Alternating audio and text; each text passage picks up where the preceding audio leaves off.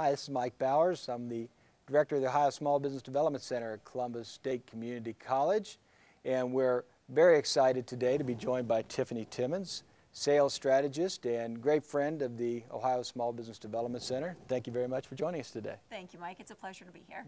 Can you start by talking about sales strategy as a sales strategist? How does that relate? What does that mean for the small business owner? How should they be thinking about sales? Wow. I have a very good friend who said to me, if a business does not take their sales force seriously, their business is just a hobby. Sales is the lifeblood of their business. And if they don't take it seriously and really learn the true meaning behind it, how to improve upon it constantly, they're not going to have any business left. Yeah, and business is kind of important, right? Absolutely. Right. So, a lot of small business owners that I talk to, they talk about marketing, they think about sales, they kind of think they're the same thing. And a lot of times they lean more on the marketing side, thinking that sales would just naturally happen. Can you kind of talk about that and, what might be incorrect in that assumption? People usually like marketing because it's glamorous. It's putting ads together, it's getting the word out. Marketing is sometimes that there's a distance to that, but sales, now you're toe-to-toe, you're belly-to-belly, you're face-to-face. You've got to make sure that you connect with that person on the other side of the table so that you can do business together.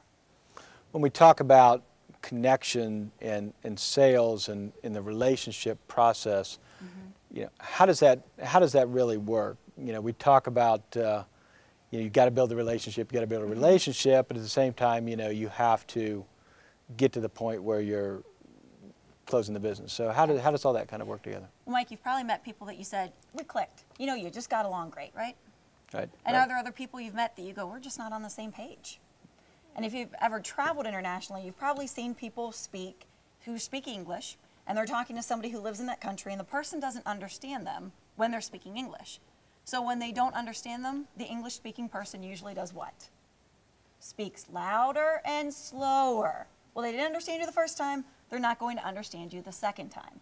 What I'm talking about in sales is making sure that you are using language that the other person really has meaning and feeling to.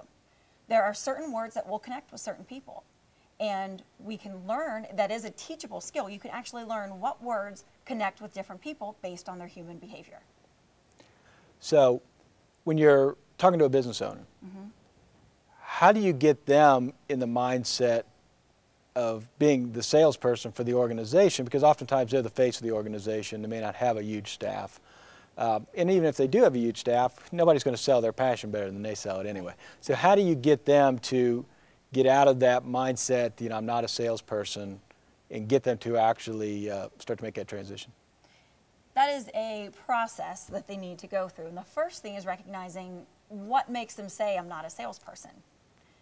We need to understand why they say that, and then what is a salesperson to them? Is a salesperson somebody who can communicate clearly their ideas, or is a salesperson someone who just pushes product?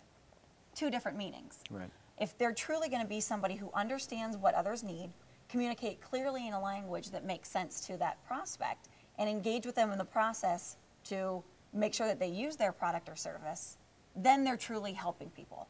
And that's what business owners need to understand, how to communicate their intent to help and their desire to help, not simply to sell a product or service. Right.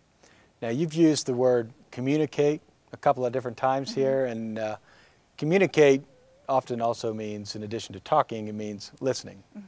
So listening in the sales process obviously is important.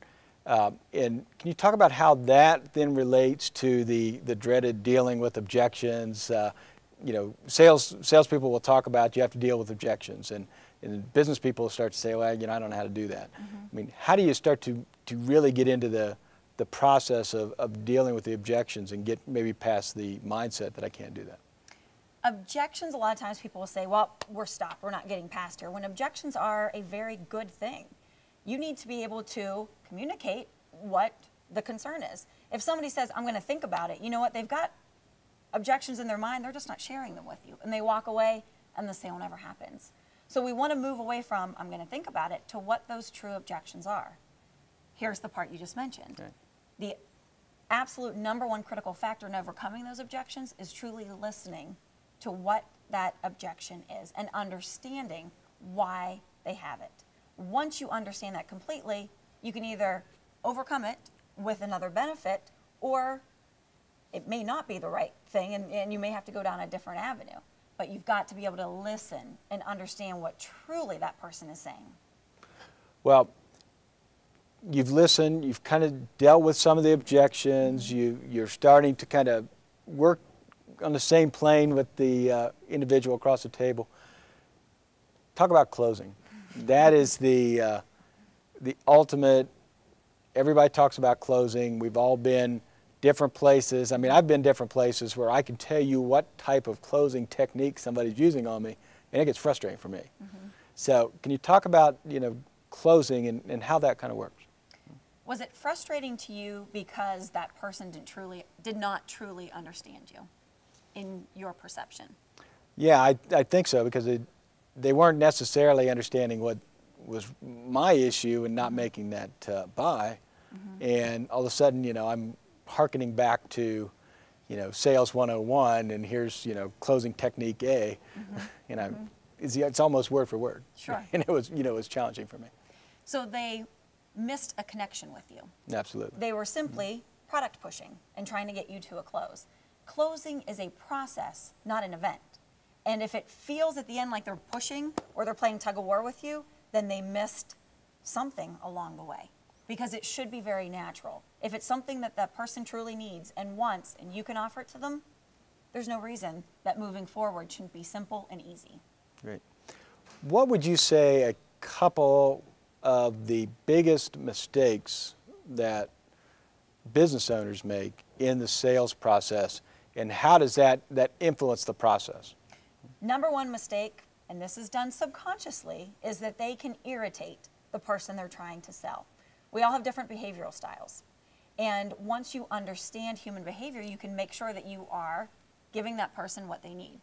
Because if we don't, we will irritate them, and we will never irritate somebody we sell. Well, this has been great information for small business people. For more information on the Ohio Small Business Development Center or our activities, you can visit our website, which is sbdcfreeadvice.ning, that's Ning.com. Thank you very much, and have a great day.